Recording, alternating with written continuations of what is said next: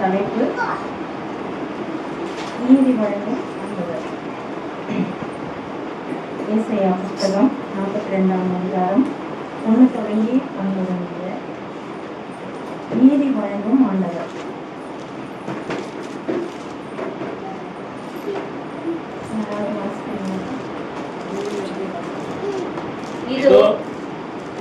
இதோ நான் ஆதரிக்கிற என் தாசன், நான் தெரிந்து கொண்டவரும் என் ஆத்மாவுக்கு பிரியமானவரும் இவரே. என் ஆவியை அவர் மேல் அமர பண்ணினேன். அவர் புறஜாதிகளுக்கு நியாயத்தை வெளிப்படுத்துவார். நீதி வழங்கும் ஆண்டவர் புறஜாதியருக்கு என்ன பண்ணுவார்? வெளிப்படுத்துவார்.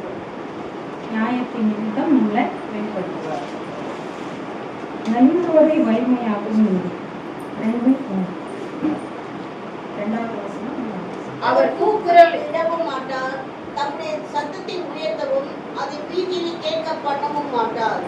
அவர் நெறிந்த நாணலை முடியாமலும் மங்கி எறிகிற திரியை அணையாமலும் நியாயத்தை உண்மையாக வெளிப்படுத்துவார்.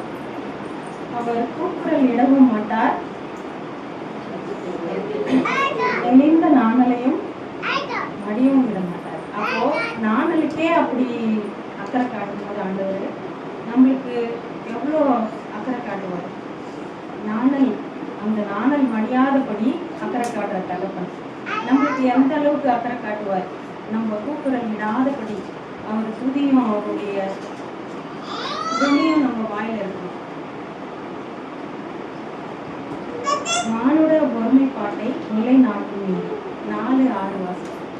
அவர் நியாயத்தை பூமியிலே நிலைப்படுத்தும் மட்டும் இளங்கரிப்பதும் இல்லை, பதறுவதும் இல்லை.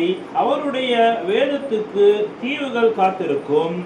வானங்களை சிருஷ்டித்து அவைகளை விரித்து பூமியையும் அதிலே உற்பத்தி யாகிறவைகளையும் பரப்பினவரும் அதில் இருக்கிற ஜனத்துக்கு சுவாசத்தையும் அதில் நடமாடுகிறவர்களுக்கு ஆவியையும் கொடுக்கிறவருமான கர்த்தராகிய தேவன் சொல்லுகிறதாவது, அவர் என்ன பண்றாரு? அந்த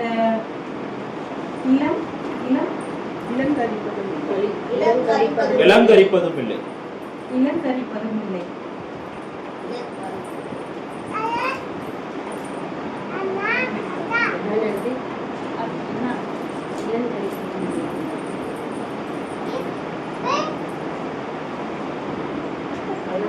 தீவுகள் அவருடைய வார்த்தைக்காக காத்துட்டு இருந்தாங்க. அப்போ நம்ம எப்படி காத்துட்டு இருக்கணும்? ஆண்டவருடைய வார்த்தைக்காக ஒவ்வொரு நாளும். இப்போ நம்ம ஒரு பாட்டு பாடணும் நன்றி சொல்லி. எத்தனை முறை நம்ம ஒரு நாளைக்கு எத்தனை முறை நன்றி சொல்லணும்? எத்தனை முறை நம்ம வாயில கூட்ட சத்தம், ஸ்தோத்திர சத்தம் எல்லாமே நம்ம வாயில இருக்கும். ஒவ்வொரு நிமிஷமும் ஒவ்வொரு நொடியும் நம்ம அவரை நினைச்சிட்டே இருக்கணும். அப்பதான் அவர் நம்மளை நினைவு செய்வார். ஏன்னா மடிந்து போகிற நாணலுக்கே ஆண்டவர் அக்கறை காட்டும் போது அவரை ஒவ்வொரு நாளும் ஒவ்வொரு நொடியும் ஒவ்வொரு நிமிஷமும் நிறைய பேர் பார்த்தீங்கன்னா சொல்லுவாங்க, எனக்கு டைமே இல்லை, படைச்ச 24 மணி நேரத்துல ஒரு நிமிஷம் கூட டைம் இருக்காது. சொல்லுவாங்க, எனக்கு டைமே இல்லைப்பா, எனக்கு டைமே இல்லைப்பா அப்படின்னு சொல்லுவாங்க. அப்போ எனக்கு ஆச்சரியமா இருக்கும். ஏன்னா இப்போ வந்து அப்பெல்லாம் வந்து பைபிளை பிரிச்சா மட்டும்தான் ஆண்டவருடைய வசனம், ஆண்டவருடைய வார்த்தை. இப்பெல்லாம் பார்த்தீங்கன்னா ஃபோனில் வருது. அதுக்கப்புறமா நிறைய இடத்துல செவருங்கள்ல, ஆலயங்கள்ல, அதுக்கப்புறம் ஆட்டோ பின்னாடி கூட இருக்கு. அதே மாதிரி சூஸ் பண்றது எப்படி நீதி வழங்குற தேவன் அப்படிங்கும் போது நீதியான வசனத்தை மட்டும் சூஸ் பண்றது.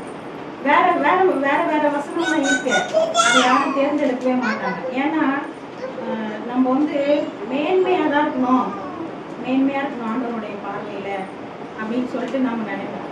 ஆனா எல்லாத்துக்குமே ஒவ்வொரு வசனம் இந்த பைபிள் வந்து பேதையை கொண்டு ஞானியாக்குன்னு சொல்லியிருக்காரு ஆண்டவர். இதை நம்ம தெரிஞ்சுக்கணும்னு வச்சுக்கோங்களேன்.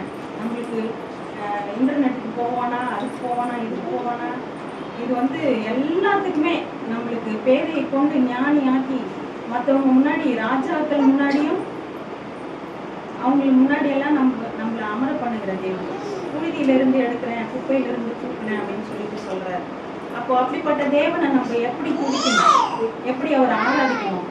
பாடல் மூலமா, நிறைய வார்த்தை மூலமா, நம்ம நடக்கும் போதே கூட சொல்லி நடக்கலாம். நம்ம ஒவ்வொரு வார்த்தையும் ஆண்டவரே இன்னைக்கு நாளை எனக்கு ஜீவனை கொடுத்தீங்களா, அதுக்காக நன்றி. சிலர் சொல்லுவாங்க, எனக்கு ஜெபிக்க கூட தெரியாதுப்பா அப்படின்னு. நம்ம அப்பா கிட்ட எப்படி பேசுவோம், அந்த மாதிரி பேச வேண்டியதுதான். நம்ம அப்பா கிட்ட எப்படி கேட்போம், அந்த மாதிரி கேட்க வேண்டியதுதான். விடுதலை வாழ்வை நிலை நாட்டும் நீதி. ஏன்னா 7வது அதிகாரம் கர்த்தராகிய நான் நீதியின்படி உம்மை அழைத்து உம்முடைய கையை பிடித்து உம்மை தற்காத்து உம்மை ஜனத்திற்கு உடன்படிக்கையாகவும் ஜாதிகளுக்கு ஒளியாகவும் வைக்கிறேன். கரங்களை பிடிச்சு ஜாதிகளுக்கு ஒளியாக வைக்கிறார். அந்த வார்த்தையில பார்த்தோம்னா சமூகம், பொருளாதாரம், சமயம், கலாச்சாரம் எல்லாத்தையும் வலியுறுத்துறார். அப்போ நம்ம என்ன பண்ணணும்? நம்ம வந்து ஏதோ வந்தோம் கேட்டோம், வலது பக்கம் வாங்கி இடது பக்கம் விடாது. இதெல்லாம் சொல்ல வர்றாரு ஆண்டவர். இந்த வார்த்தையில என்ன பேசுறாரு? இப்போ இந்த வாரம் ஞாயிற்றுக்கிழமை அன்பழகன் ஐயா எடுத்தாரு பாருங்க, என் ஆத்மாவே கர்த்தரை ஸ்தோத்திரி. நம்ம வந்து முடிவுக்கு தான் அதை சொல்லுவோம். ஆனா அவர் என்ன சொன்னார்? ஆரம்பத்திலேயே சொன்னார், என் ஆத்மாவே கர்த்தரை ஸ்தோத்திரி அப்படிங்கும்போது ஒவ்வொரு நாளும், ஒவ்வொரு நிமிஷமும், நொடி பொழுதும், அப்போ நம்மளுடைய ஆத்மா ஆண்டவரை ஸ்தோத்திரிக்கும் போது, ஆண்டவரை துதிக்கும் போது, அப்போ நம்மளுடைய வேண்டுதல்கள், விண்ணப்பங்கள், நம்மளுடைய ஏக்கங்கள், எண்ணங்கள் எல்லாத்தையும் ஆண்டவர் பார்க்கிறவரா இருக்கு. ஏன்னா நம்மளுடைய ஆத்மா வந்து சங்கீதம் 42 வாசம்,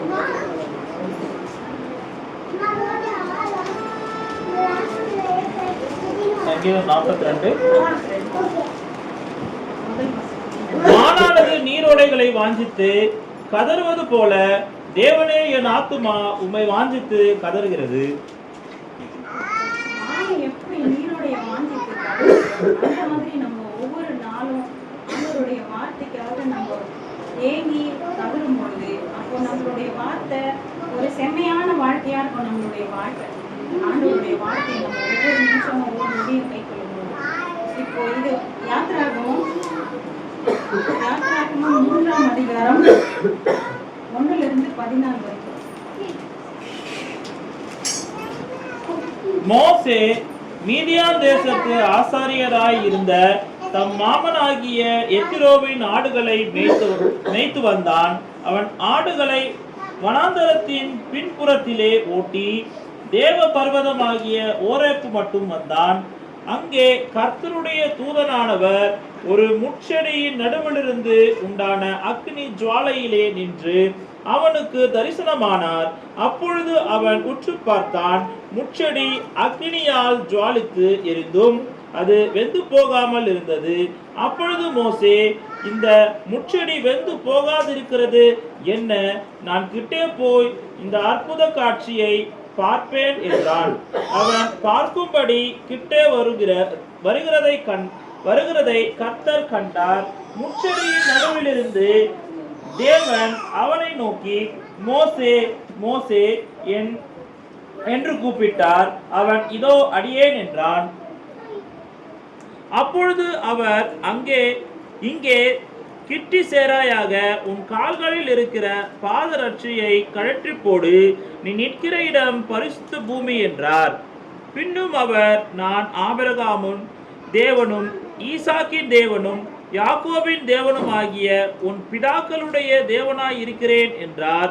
மோசே தேவனை நோக்கி பார்க்க பயந்திருந்தான், தன் முகத்தை மூடிக்கொண்டான். அப்பொழுது கர்த்தர், எகிப்தில் இருக்கிற என் ஜனத்தின் உபத்திரவத்தை நான் பார்க்கவே பார்த்து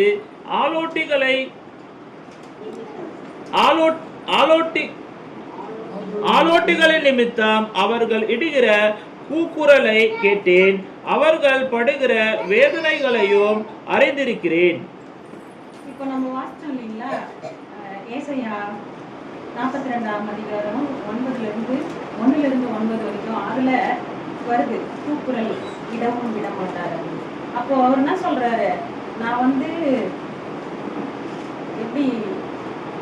எப்படி ஜனத்துங்களுக்கு அறிவிப்பேன், நான் மந்தனாவும் திக்குவாயுடையனா இருக்கிறேன் அப்படின்னு சொல்லிட்டு. அப்போ ஆண்டவர் சொல்றாரு, இந்த எகிப்தியருக்காக ஆலோட்டியா அனுப்புறேன் அப்படின்னு சொல்லிட்டு. அப்போ அவர் என்ன பண்றாருன்னா, அவர் தேர்ந்தெடுக்கிறாரு. இப்போ நம்ம பார்க்க போனோம்னா அவர் படிச்சு பட்டதாரி ஆகி அந்த மாதிரிலாம் இல்லை.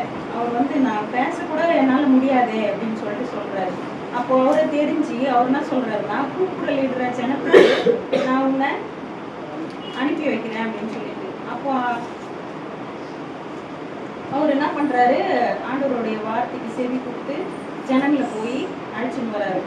பாலும் தேனும் ஓடுகிற ஒரு நகரத்தை உங்களுக்கு சுதந்திர தரேன் அப்படின்னு சொல்லிட்டு. யோவான் 8:12.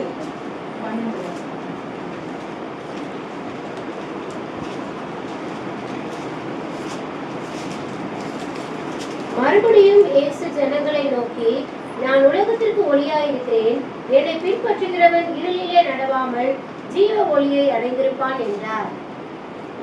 இதை நம்ம இதையே வாசிச்சோம் இல்லையா, ஏசாயா புஸ்தகத்திலேயே. அப்போ என்ன சொல்றாருன்னா, இருளிலே இருக்கிறவங்க ஜீவ ஒளியை கண்டடையணும். அப்படியே தொடர்ந்து வாசி. 20வது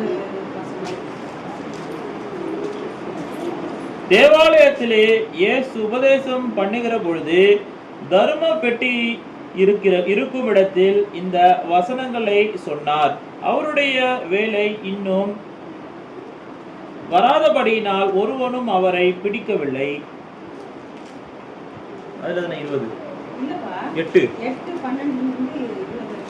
12 அப்பொழுது பரிசேயர் அவரை நோக்கி, உன்னை குறித்து நீயே சாட்சி கொடுக்கிறாய், உன்னுடைய சாட்சி உண்மையானதல்ல என்றார்கள்.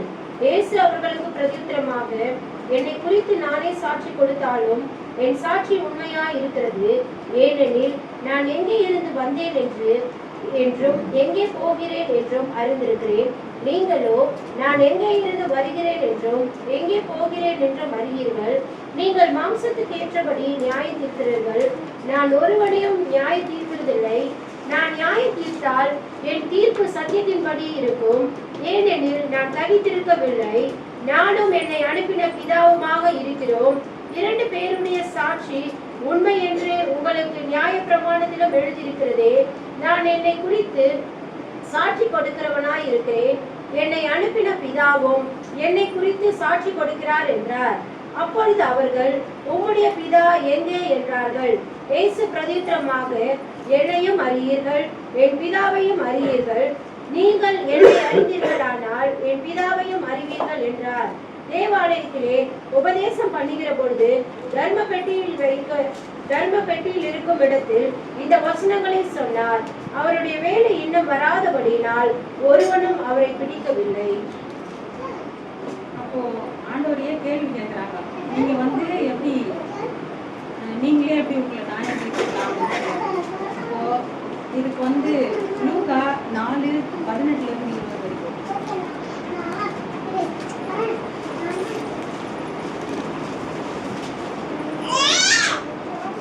கர்த்தருடைய ஆவியானவர் என்னில் இருக்கிறார், தரித்திரருக்கு சுவிசேஷத்தை பிரசங்கிக்கும்படி என்னை அபிஷேகம் பண்ணினார். இருதயம் நறுங்குண்டவர்களை குணமாக்கவும், சிறைப்பட்டவர்களுக்கு விடுதலை விடுதலையையும், குருடருக்கு பார்வையை பரிசுத்தப்படுத்தவும், நொறுங்குண்டவர்களை விடுதலையாக்கவும், கர்த்தருடைய அனுக்கிரக வருஷத்தை பிரசித்தப்படுத்தவும் என்னை அனுப்பினார் என்று எழுதியிருக்கிற இடத்தை அவர் கண்டு வாசித்து புஸ்தகத்தை சுருட்டி பணிவிரை காரணத்தில் கொடுத்து உட்கார்ந்தார். ஜெப ஆலயத்தில் உள்ள எல்லாருடைய கண்களும் அவர் மேல் நோக்கமாய் இருந்தது. அவர் வாசிச்ச புஸ்தகம் என்னன்னா இதே ஏசாயா புஸ்தகம் தான். ஏசாயா புஸ்தகத்தை வாசிச்சு அவர் அவங்களுக்கு சொல்றாரு. அப்போ ஏசாயா 61:1-2 கர்த்தராகிய தேவனுடைய ஆவியானவர் என்னை இருக்கிறார். சிலுவை மற்றும் சுவிசேஷத்தை அறிவிக்க கர்த்தர் என்னை அபிஷேகம் பண்ணினார். இருதயம் நொறுங்குண்டவர்களுக்கு காயம் கட்டுதலையும், சிறைப்பட்டவர்களுக்கு விடுதலையையும், கட்டுண்டவர்களுக்கு கட்டவிழ்த்தலையும் கூறவும், கர்த்தருடைய அனுக்கிரக வருஷத்தையும் தம்முடைய தேவன் நீதியை சரி கட்டும் நாளை கூறவும், துயரப்பட்ட அனைவருக்கும் ஆறுதல் செய்யவும், சீயோனிலே துயரப்பட்டவர் சீர்படுத்தவும், அவர்களுக்கு சாம்பலுக்கு பதிலாக சிங்காரத்தையும், துயரத்துக்கு பதிலாக ஆனந்த தைரியத்தையும், ஒழுங்கின ஆவிக்கு பதிலாக துதியின் மொழியும் கொடுக்கவும் அவர் என்னை அனுப்பினார். அவர்கள் கர்த்தருடைய தம்முடைய மகிமைக்கென்று நாட்டின நீதி விருட்சிகள் என்னப்படுவார்கள். இப்போ இங்க என்ன சொல்றாருன்னா, சிறைப்பட்டவங்கள, கட்டுண்டவர்களை, வியாகுலப்பட்டவங்கள, அதுக்கப்புறமா குருடர்களை பத்தி சொல்றாரு. குருடர்களை பத்தி சொல்லும்போது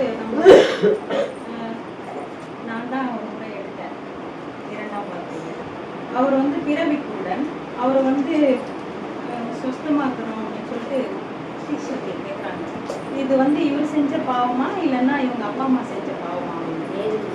யாருமே செஞ்ச பாவம் இல்லை, தேவனுடைய கிரியை விளங்கும்படி இவன் இப்படி பிறந்திருக்கான் அப்படின்ட்டு அவர் சொல்றாரு. அப்போ அவர் ஆண்டவர் நினைச்சிருந்தா சொஸ்தமாக கடவுள்னு சொல்லியிருக்கலாம். ஆனா உமிழ்நீரை துப்பி சேர் உண்டாக்கி அந்த கண்ணில் பூசி சிலோவாம் குளத்துல போய் கழுவ சொல்றாரு. கழுவி அதுக்கப்புறமா அவர் பார்வை அடைகிறாரு. அதுக்கப்புறமா சிறைப்பட்டவர்கள் அப்படின்னும் போது உடனே ஞாபகம் வர்றது யாருக்குன்னா பவுல் செய்கிறார். அவங்க சிறையில் இருக்கும்போது அவங்க ஜம்ப் பண்ணுவாங்க. ஜம்ப் பண்ணும்போது இரும்பு கதவுகளும் வெண்கல தாழ்பால்களும் உடையுது. அப்போ அந்த வெளியே உட்கார்ந்து காவல்காரர் என்ன பண்றாரு, அவங்க இருள் இருக்கும்போது அவர் பார்த்துட்டு யாருமே இல்லையே உள்ள அப்படின்னு சொல்லிட்டு அவரையே மாயத்துக்கிறதுக்காக என்ன பண்றாரு, அவர் வாழை ஊற்றி நம்ம இப்போ இவங்களை தப்பிக்க விட்டுருங்க அப்படின்னு சொல்லிட்டு நம்மளே தண்டனை கொடுத்துக்கலாம். அப்போது அவங்க குரல் கொடுக்குறாங்க, நாங்கள் உள்ளதான் இருக்கோம் அப்படின்னு சொல்லிட்டு. இப்போது நம்ம ஆண்டவர் நினைச்சாக்கா நம்மளுடைய சிறையிருப்பை மாற்றுவார், நம்மளுடைய வியாகுலத்தை மாற்றுவார், நீதி செய்கிற தேவன் நம்மளுடைய கட்டுகளை அவிழ்ப்பார். இப்போ நான் இப்படி இருக்கிறேனே, நான் அப்படி இருக்கிறேனே, என்னால் முடியுமா அப்படின்லாம் நம்ம கேள்வி எழுப்பாதபடி மோசே நம்மளுக்கு ஒரு இதாக இருக்கும். ஏன்னா நிறைய பேர் பார்த்தீங்கன்னா படிக்கவே இல்லை அப்படின்னு சொல்லுவாங்க. படிக்கவே இல்லை அப்படின்னு சொல்லுவாங்க. படிப்பு ஒரு முக்கியமே இல்லை. ஏன்னா இப்போ நம்ம எப்படி சொல்றது, சங்கீதம் 135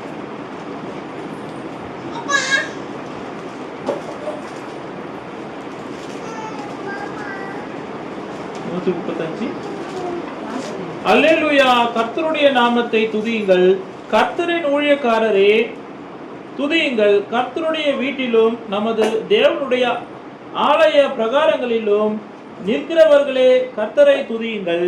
கர்த்தர் நல்லவர், அவருடைய நாமத்தை கீர்த்தனம் பண்ணுங்கள், இது இன்பமானது.